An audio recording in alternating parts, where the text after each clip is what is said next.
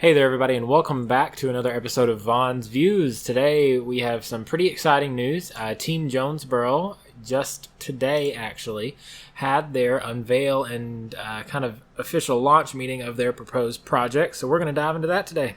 Let's talk about it.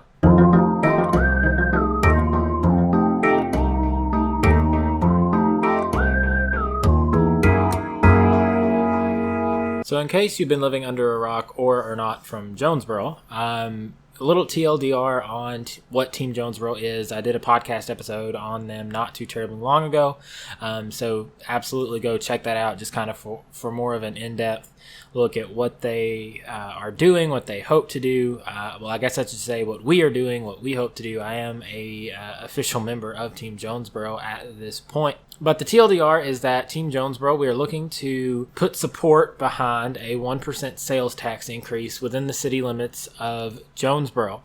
And that 1% sales tax increase would go to fund things, quality of life updates, and safety and security updates for the city of Jonesboro. And that safety security, you're looking at things like police and fire. And then the quality of life updates at the time, we were looking at anything from an aquatic center to bike trails, whatever. Now, this is all stuff that Jonesboro had been wanting to do for a long time. There was just no real way to fund those things. There was no real estimates on how much those kinds of things would cost, all that good stuff. So today, Tuesday, July 23rd, Team Jonesboro had an official unveiling meeting of their list of upgrades. Now, the first several votes of the bill, of the legislation, actually were revolving around the fact that this needed to go to a public vote. For the most part, while there was a lot of discussion about it and all that stuff, for the most part, everybody on the City Council of Jonesboro very much agreed that this is something that should go to the people. There was one staunch member on that council that was in opposition of it, and he just believed that he was doing what was right for his constituents and what he believed was right in his heart, and I'm more power to him for that. I am always one to support those who think they are doing the right thing in an absolutely legal way, of course. And he was doing just that. He was doing what he was elected for. He was standing up for his beliefs and what he believed to be the beliefs of his constituents in his ward.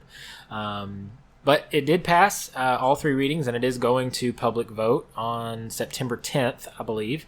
And that is a great thing. The fact that this is going to public vote is an amazing thing. Even if you don't agree with the sales tax, it is an awesome thing for something like this to go to public vote. That means the majority of people who live within the city limits of Jonesboro are going to go out, are going to vote, and the majority will win, which is what you want in a situation like this. I'm very excited that it got to this point, and now that it has gotten to this point, Team Jonesboro has decided to release the research that they have done, the list that they have done. They have waited until this point for good reason. I got to sit and actually have lunch with a large group of people, including the leaders of this grassroots movement, and discuss why they hadn't released it up until this point. And a large part of that was that they were worried that the numbers would become the list instead of the issue of this going into public vote, people thinking that this is something that we needed. Because that was what the vote was on. It was not for this list, and even the public vote come September 10th is not for this list. It is to enact a 1% sales tax that a quality inspection council will convene and decide what they think is best for the city. Of course, there will be a lot of input from City Council. There will be a lot of input from the Quality of Life Committee themselves. There will be a ton of input from citizens of Jonesboro and regular visitors of Jonesboro. Myself in that particular category. I actually live in Bono, but I'm very excited to see this pass and go to public vote and hopefully pass in approval in the city of Jonesboro. I do most, if not all of my shopping in Jonesboro. The only real shopping that we have this far out is a Dollar General and, of course, like a gas station. And so all of my shopping is done in the city limits of Jonesboro, so I would be absolutely directly impacted by this, and I'm absolutely for it. I'm very excited about it. So getting to the list that they did finally release today, Tuesday, July 23rd, I think they did a very good job with it. The list is a proposed projects list that they presented to the public. And it has a ton of stuff on here. A lot of community members at the meeting that they had today gave their ideas on what could be presented to the oversight committee. And kind of the big numbers is where we'll start. They did a low estimate and a high estimate, and most of these will fall somewhere in between those two numbers. So we'll take the high estimates just for the conservative view.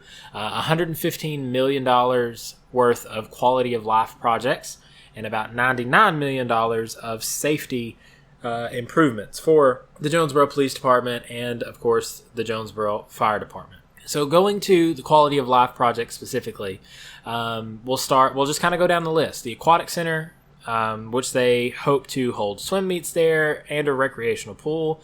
You're looking at, on the top end, again, that's where we're going to focus, $18 million, which, of course, sounds like a very, very large number, but you have to think the time frame that we're looking at here, exactly how long this is going to take, what's going to go into it, all of that stuff.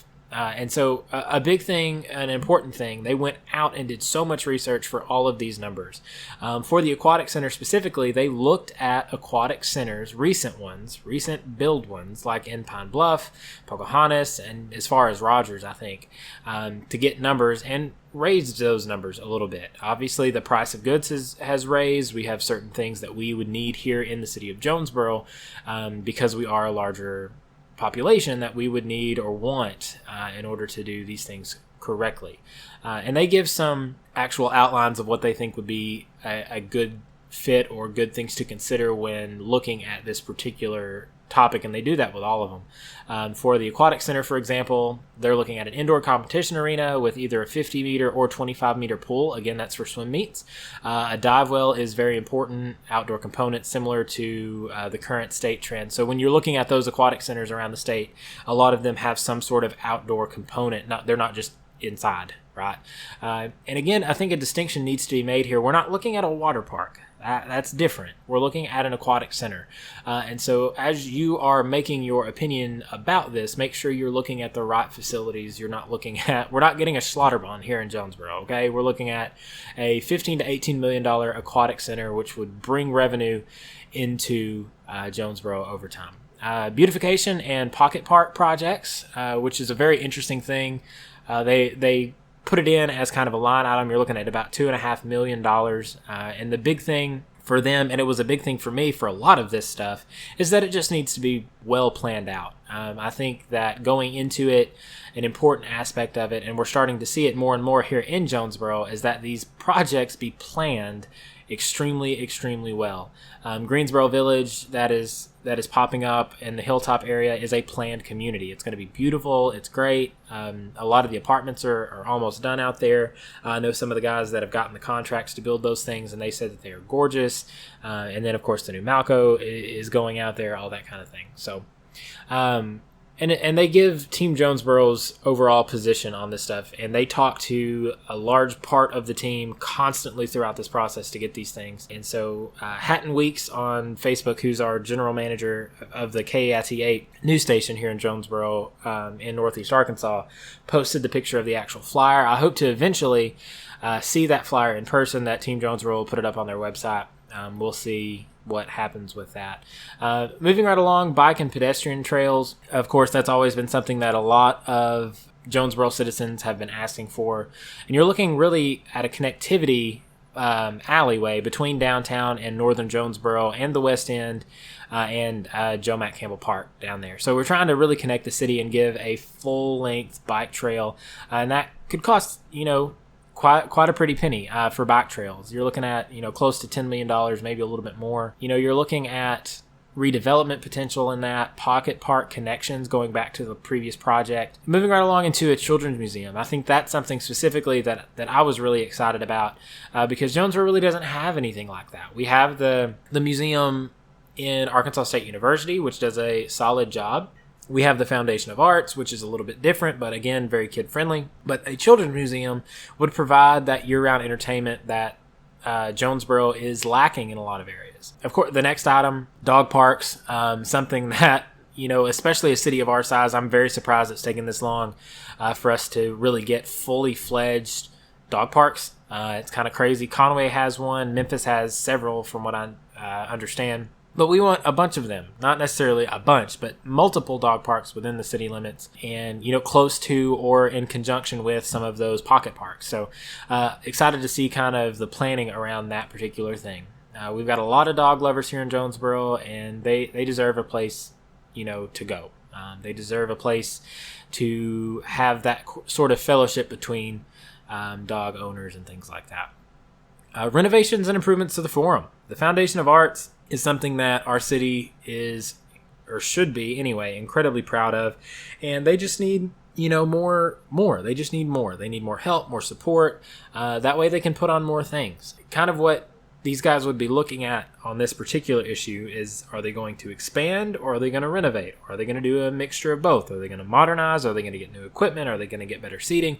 There's a lot that goes into each one of these projects, but I think a lot of harder decisions are going to be needed in this particular area and deciding what we want to do and the route that Jonesboro wants to go for that. General parks and possibly pools around town, more of like, again, just public green space, public parks, kind of just going into the quality of life updates in and around there. Sidewalks, more sidewalks through Jonesboro. You're looking at somewhere up to $12 million. If you have been through Jonesboro at all in the last several years, for a fact that this is an area where we are lacking. Good sidewalks throughout the city of Jonesboro in all neighborhoods is something that I personally would very much like to see. It's not only is it a quality of life thing, it's a safety thing as well. So I'm very excited that made it onto the list. One of the big talking points throughout this process has been a volleyball and multi-sport complex. We have a very large volleyball community here in Jonesboro. Not a lot of people know that, but that is because that volleyball community has to leave every weekend during season because we don't have a facility here that would really support that. We have a very nice outdoor facility for softball, for baseball. We, in fact, just recently hosted, again, I believe it was the Mountain Dew tournament. But a volleyball complex here would bring in quite a bit of money to the city of Jonesboro. And, again, fantastic idea. We have such a thriving community here for it. I would love to see that happen here in Jonesboro. Enhanced mosquito control. I hate mosquitoes. You hate mosquitoes. Not a lot needs to be said here. Mosquitoes suck. A youth sporting complex, again, just more quality of life updates, those kinds of things. So that's not all of them on the list. That is some of the highlights and the main points. And again, all of those together, you're looking at about $115 million on the high end of things. And so that's kind of where I want to stay because I honestly feel like it's going to be closer to that number, if not over per project. It just depends on how the planning goes. Moving into like the public safety projects, which, I'm sure you guys know by now, I am a law enforcement kid. My father is a detective and has been in law enforcement for the majority of my life. And so this is a big thing for me. Safety is huge, not just for the officers, but for the citizens of Jonesboro. So again, they did a high and low end cost on this and left some notes. I hope to have, again, this actual handout up on their website, teamjonesboro.com. sometime in the very, very near future. I hope their team is on that as of recording. And as of recording this, obviously it's not up. Maybe by the time that this actually goes live, you guys will be able to go to teamjonesboro.com and pull that in. So going down the list of some of the police and fire needs, you're looking at a new police operations center. That is the big line item here, okay? One that is needed. And so it makes sense to be included in this particular sales tax initiative. On the high end of that, you're looking at about $25 million. And that is for growth, that is for sanitation, that is for, again, safety. So that one, I honestly don't feel like we're going to have a lot of pushback on. It's just something that we need. More police substations. Really, substations are just another massive safety issue, especially when we have new park facilities going in. Putting these substations around town and in key locations like that where there is a large public presence just makes sense. New police radios, new police vehicles, new police cameras, body cameras, new police SWAT upgrades, the new Axon contract, new officers, bringing in talented officers to fill positions because we will be hiring. Our city is growing. We need that. And they actually separated vehicles for new officers into a separate line item just for clarity, really. Moving into the fire department, you're looking at 2 new fire stations combined for a total of about $4.5 million. And that is over a 5-year projected period there. Replacing engines, replacing ladders, new engines at both of those stations. Stations 8 and 9 are the ones listed. New personnel at those stations. Again, they would be new. They would need staffed, and then more personnel at existing stations throughout the city. Again, guys, it comes down to that we're growing at such a massive rate, and we just need to do something to combat the natural order of things when it comes to growth in cities, especially of our size. We're hitting such an important point. We need to remain safe. We need to remain vigilant on those things, and that particular list of the fire and police needs would do just that. So I did kind of want to talk just briefly at the end here about the conversations, or some of the conversations that I had with the leadership of Team Jonesboro.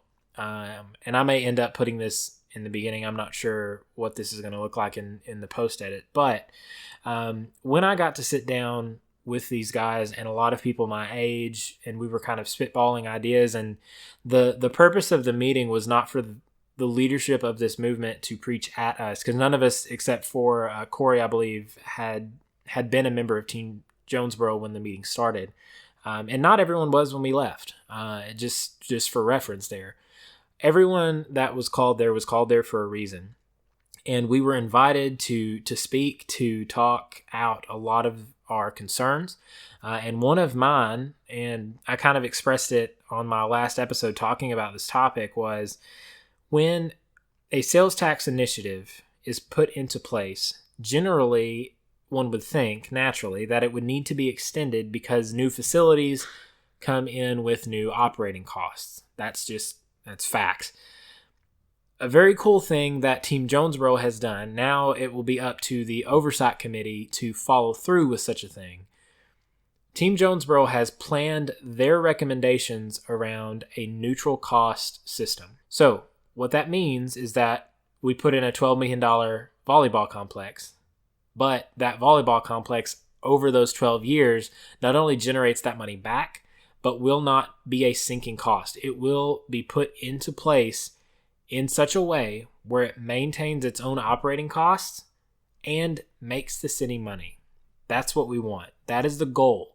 Now, will all of these projects do that? Absolutely not. Most of the time, parks, for example, it's very hard to monetize a public park, almost impossible. Craighead Forest Park, for example, is a massive money dump for our city. Is it beautiful? Yes. Is it awesome? Yes. Do we need it here? I think so. But it is absolutely a place where a large part of your and my tax dollars get dumped in with nothing in return.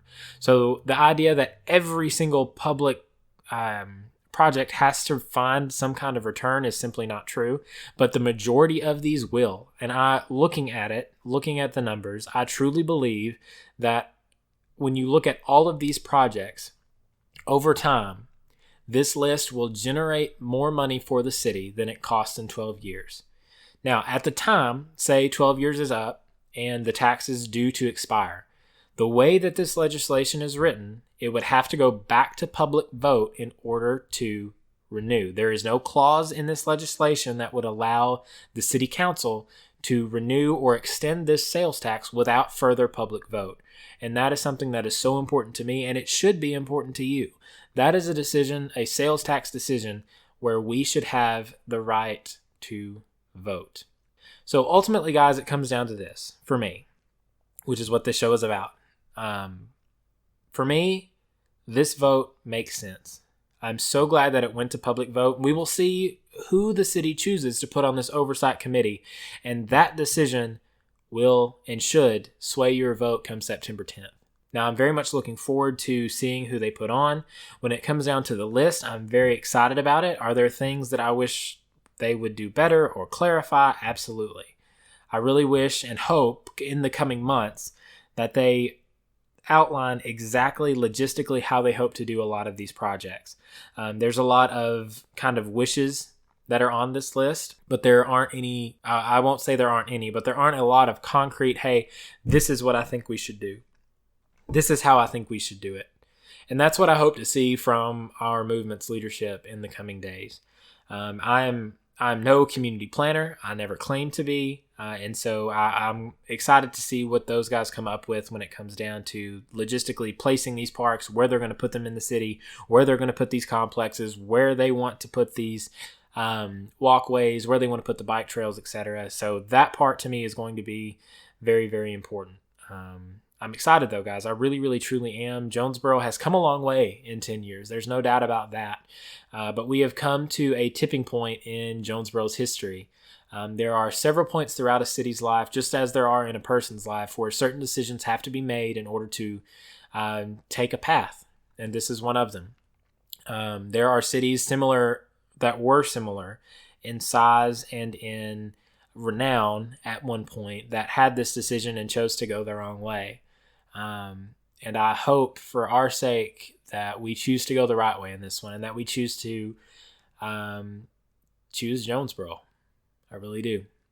Guys, when September 10th rolls around, I encourage you, if nothing else, go out and vote. I'm not asking for your vote, and I never would, for or against something like this. I just want you to vote. I want your voice to be heard. That's more important to me and more important to most of my fellow Team Jonesboro members than anything.